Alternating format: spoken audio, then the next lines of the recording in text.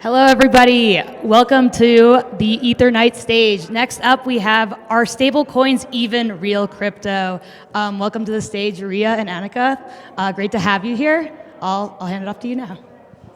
Thank you so much. Very stoked to be here. I'm Ria. I am the COO at Delta. It's a new type of distributed system. And we've been thinking a lot recently about use cases that are powered by stablecoins, especially as it relates to payments, the next generation of financial services, neobanks, et cetera, et cetera. So I'm very excited to be here and talking to Annika. Annika, do you want to do a quick intro? Sure, yes. Can you hear me? Is this thing on? Yeah. Awesome. I'm Annika. I lead the ECO Foundation, and ECO is a project focused on stablecoins and stablecoin user experience in the Ethereum ecosystem and beyond. So very excited to talk all things stablecoins. There's been a lot of really interesting discourse recently on the topic, and yeah, excited to dive in. Amazing. So maybe I can start off by setting the stage a little bit about some of the recent news happening in the stablecoin landscape and some metrics.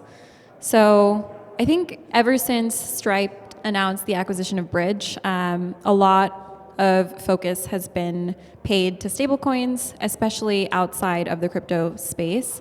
A lot of fintechs are thinking about it. A lot of banks are thinking about it. I think just yesterday, the CEO of Bank of America was like, we are developing our stablecoin strategy, which is insane to think that this is happening. I wouldn't have thought that would have been the case 12 months ago. And a lot of activity related to stablecoins is actually still happening on Ethereum. That's right. So I think there's about $210 billion in stablecoin supply outstanding. That's right. And about half of that is on Ethereum, which is pretty insane. And then another 10 billion is on ETH L2s like Base, Optimism, Arbitrum.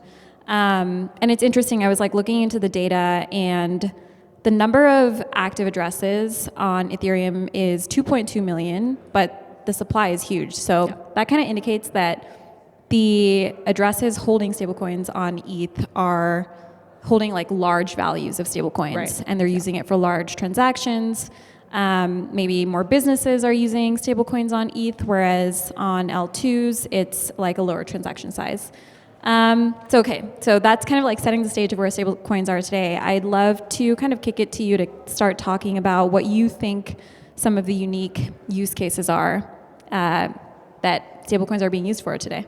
Yeah, that's a great question. And, stablecoins, I think, have evolved so much from their inception. We had the first stablecoin, Tether, I believe, was launched in 2014. So this has been a long time coming. And it's really was kind of the 2021, 2022 bull market, whereby stablecoins kind of had their initial surgence of market cap, and then they've just been kind of going up steadily from there. But if we look at stablecoin usage today, I would put it broadly speaking into three buckets. The first being just doing things on chain, whether that's trading meme coins, accessing yield via DeFi, and kind of stuff that those of us who are deeply crypto native kind of know and love, but that is kind of foreign to the outside world, generally speaking. And then the other two use cases that I see, at pretty big scale today, are both ones that exist kind of outside of the North American bubble. And so I think that's kind of important to note. One is just cross-border payments. The ability to send US dollars internationally across borders is much cheaper and faster than stablecoins than it is in the traditional banking system. And many people, mostly, ex-US, are starting to realize that.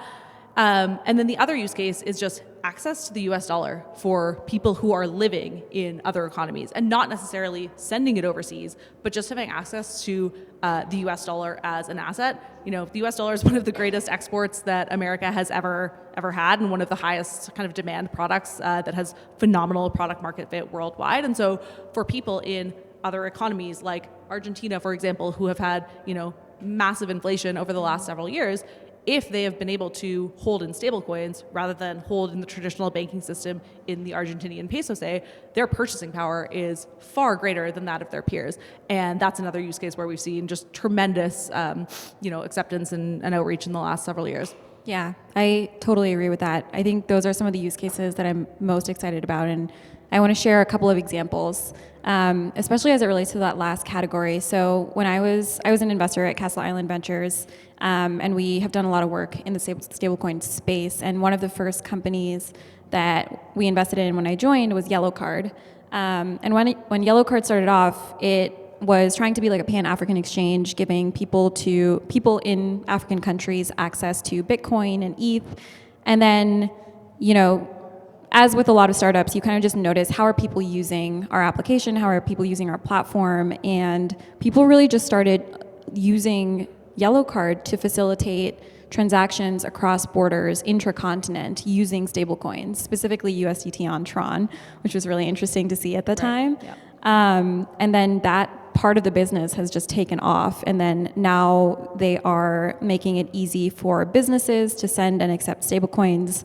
That's actually another use case that I'm really excited about, is like business adoption Totally. of stablecoin payments. We were actually on a panel yesterday talking about some similar topics, and one of the examples that I shared that Stripe actually shared in their annual letter today was around SpaceX, which accepts stablecoins for Starlink purchases in countries like Argentina, Nigeria, and other markets where the local currency is pretty volatile, to reduce their FX exposure. And they'll start there, and then they might even, global businesses are starting to hold balances in stablecoins to manage this FX exposure and risk and make it easy to like send money within the business or to suppliers potentially. So it's really like spanning the spectrum of stakeholders now, which is awesome to see. Yeah, it's true. And another thing we talk about a lot in the stablecoin world is like on-ramping and off-ramping, and solving that being critical to getting more users on chain. But ultimately, as you suggest, with SpaceX accepting USDC for Starlink, I think ultimately we're going to need to have more and more businesses accepting payments on chain, and people actually finding ways to use their money in the real world. Like, you don't pay your rent or your groceries in stablecoins today, but once the world starts to move more and more in that direction, then kind of optimizing for the frequent on and off ramping experience actually becomes less and less important, because much of your economic activity will just end up happening on chain. We're definitely far away from that, but that's the way I see the world going. I think on and off ramps, there's a lot of providers, a lot of competition in the space, and they will continue to incrementally improve. But for stablecoins to really take off at scale from like a peer-to-peer payments perspective, I think that type of thing will need to come to fruition. 100%. One thing I'm excited about, and I hope to see this year, is more stablecoin linked cards, where you can just use the card at a point of sale and like spend your stablecoin at a merchant, and then hopefully the merchant. Well, actually, maybe we can spend a couple minutes talking about the benefits of stablecoins for merchants, because this is something that we were talking about at breakfast today. I think there's a lot of value of stablecoins to people in emerging markets. It's clear. But one thing that I think is less talked about, and just maybe more so now with like the Stripe Bridge acquisition, but is the benefits that it offers to merchants. Do you want to talk about that a little bit? Sure, yeah. I mean, I think, we actually have developed a stablecoin wallet that we've kind of taken out to merchants and sort of had some of these like boots on the ground conversations. And, one benefit that certainly appeals is the lack of interchange that they need to pay, right? Because stablecoins are effectively, a dollar-like product as opposed to an instrument like a credit card where they're paying, 3 or 4%. And so that certainly is, compelling to them. There is a question of, though, for the end user, if you're not offering, rewards on a credit card, is there a big enough benefit to the end user? So there's kind of like, you need to think about both the merchant dynamic and also sort of the end user and how you get both sides on board. I think it's all just an incentives problem all the way down that we're going to end up solving. But I think there's going to be a lot of experimentation in that respect over the coming years for merchants and consumers, and like finding that balance. 100%. Okay, so the title of the panel is "Are Stablecoins Even Real Crypto?" So I want to spend some time talking about that. Yes, spicier, a little bit spicier. Yeah, exactly. Maybe let's like set the stage a little bit on this. Do you want to talk about what you think real crypto even means? Yeah, and so what does it mean to you? Sort of the original inspiration for like this panel and this talk was driven by, about a month or two ago, there was a lot of discourse on crypto Twitter. You may remember the meme of like the businessman in the Patagonia vest and with his coffee, and people kind of joking around like, okay, stablecoins aren't actually getting us towards this decentralized vision of a new financial system that we're all after. And I thought that discourse was really interesting. And as someone who considers myself definitely an Ethereum broadly speaking, and someone who wants to build towards that initial vision that was laid out, I very strongly believe that stablecoins are a necessary interim step to meet the world where they are today and bring them on chain and be able to, from there, do a bunch of really interesting innovation from a currency standpoint that will ultimately take place over the next, 5, 10 plus years. But I really believe that stablecoins, even though they are bringing the existing financial system on chain, are just fundamentally necessary for us to get to that future that is much more, perhaps innovative and just different than what we actually have today. 100%. And if you think about like some of the benefits that stablecoins offer, I feel like they're very aligned with the ethos of crypto. That's right. And when we just talked about some of the use cases that are happening, financial inclusion and access, to things like the US dollar for people that perhaps don't otherwise have access, that is already playing out in a big way with stablecoins and, has not necessarily played out with other assets in quite the same way. Yeah, it's just not possible. And, if you think about blockchains, like they are permissionless, right? So you should be able to do whatever you want on these chains. And, I think it's exciting that institutions are using permissionless blockchain rails to put traditional assets and give access and exposure to parts of the world that typically didn't have access to these assets, both financial and monetary. As it relates to I think another property that is under discussed is the transparency. I think that's a huge value proposition of permissionless blockchains. And by virtue of putting dollars on chain, you add transparency in a way that didn't exist in traditional payments before. One example of this, I was talking to a company called Koala Pay, and they basically help humanitarian aid programs move value to parts, of the world and recipients in parts of the world that need access to humanitarian aid. And one of the kind of things that they talk about that these programs look for is, how do I create more transparency in this whole process and system? And stablecoins are an amazing use case for that, or an amazing way to kind of solve that transparency problem. Yeah, I think that's totally right. And that's very in line with the ethos of crypto, even if it's an asset that is coming from the traditional financial system. Yeah.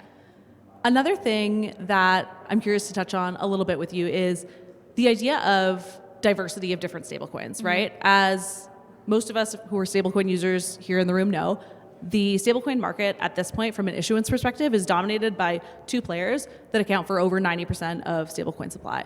And in the Ethereum ecosystem, we talk a lot about client diversity, right? With respect to not having too heavy reliance on, one party or one entity to kind of, maintain things and keep things going.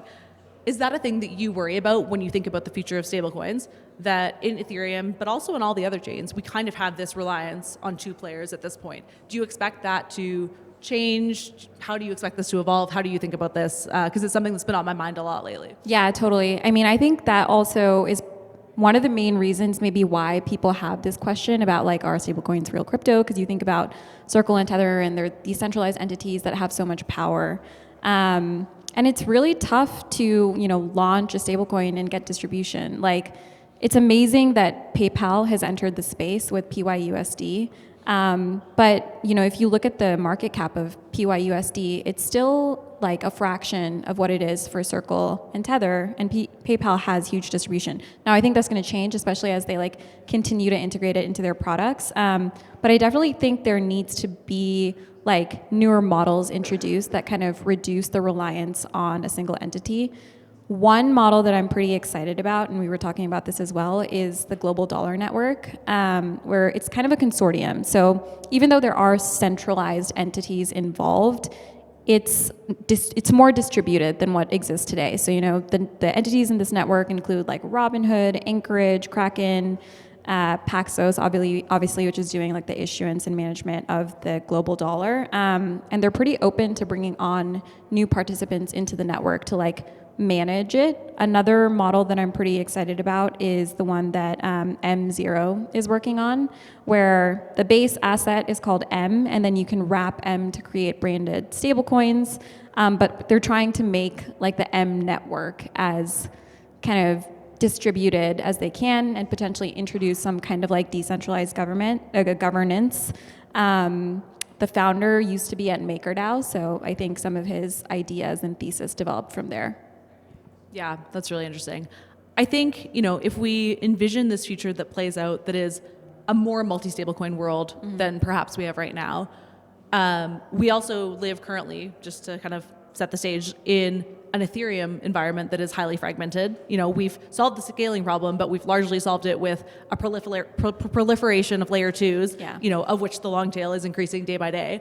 And so we do, even already today, have a real user experience problem whereby if I'm trying to send you USDT on Base and I have USDC on Optimism, that is not easy to do. No. It's a swap and it's a send. It's a bunch of approvals in your MetaMask wallet, what have you. It's just like a bit of a mess. For what it's worth, there's many folks working on this, including us at Eco, in terms of interoperability and trying to make one-click sends, regardless of what asset you're holding and regardless of what chain you're on, much simpler. But I think there's still a long way for us to go, just with respect to Ethereum and how it has scaled. And as we think about the sort of the permutations and complexity that comes with many, many stable coins on many, many chains, we've created a bit of a monster that we've got some work to do. Yeah, totally. I know we have a few seconds left here, but one thing I'm curious to maybe end the conversation with is today, I think 99% of stablecoin supply is USD denominated. Do you think that's going to change? In the short term, no. In the long term, yes. Yeah. I'm Canadian. I live in Canada. And I actually can't see a world in the next couple of years where I want to or need to use a Canadian dollar stablecoin. Our existing systems, our Venmo equivalents, for example, are pretty good in country. And so perhaps I'm using stablecoin, probably US dollar denominated, for cross-border appointments and using stablecoins in the way that I do today.